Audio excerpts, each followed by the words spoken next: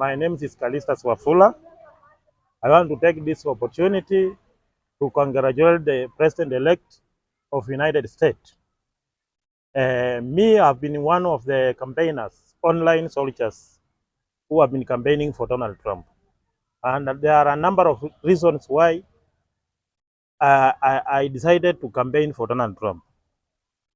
Number one, we expect change of United States policy, foreign policy, to end war in Ukraine, to end war in the Middle East, and to end the persistent conflict between Taiwan and China. The world economy is shrinking because of the war, endless conflict, and as a result, all of us, we are affected globally.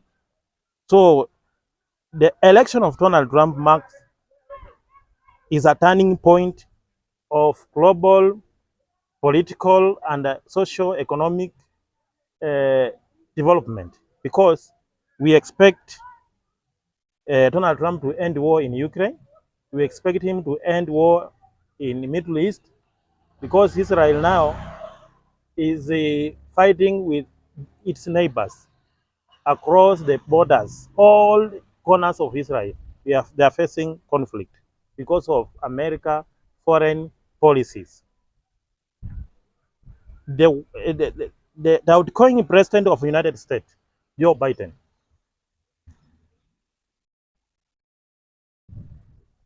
has been leading a cabal of people who have been doing business in war. For instance, he has been financing war in Ukraine. Instead of looking for an avenue to end war, he has been promoting conflicts by financing Ukraine war, and yet even Russia wanted to end that war. So because the United States, the president-elect promised the United States that he will end conflicts, he will cut budget, he won't spend it on war, we expect that war to end immediately. Number two, the US Embassy in Kenya should be overhauled, and Meg Whitman must be recalled immediately, because she has been participating in our Kenyan affairs. For instance, I saw him even attending a public meetings where he wanted to say that President of Kenya is doing well. He supported Ruto even the time he was fighting with people on the street. We had endless protests in the country because people are not happy because of the current affairs. So Whitman must be recalled by the President of the United States. We expect our president now to sit down and work, because he has been a frequent visitor to the United States, and he was given state visit without any achievement. He has done nothing, but he was accorded state visit several times. He went there many times. So we expect him now to sit down and work. Trips in United States must end. Trips in Europe must also end. And therefore, an election of Donald Trump means we are going to now we are going to end conflicts, and now peace will be there, and we expect economic growth globally. We have been having some people who have been inciting conflict because they are selling weapons. Those businesses must come to an end. And I also expect Kenyan foreign policies to change. We cannot be running economy just on borrowing. We have to focus on production. We have to focus on how we can raise economic growth through development, not traveling to go and look for loans. And when we are given loans, we come here, we don't invest in projects. That's why the country's economy is shrinking.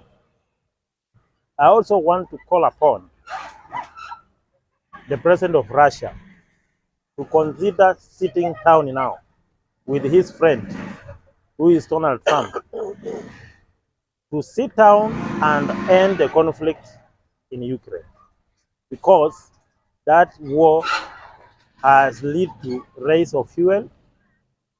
So the whole world is affected. Even the climate has changed because of that war.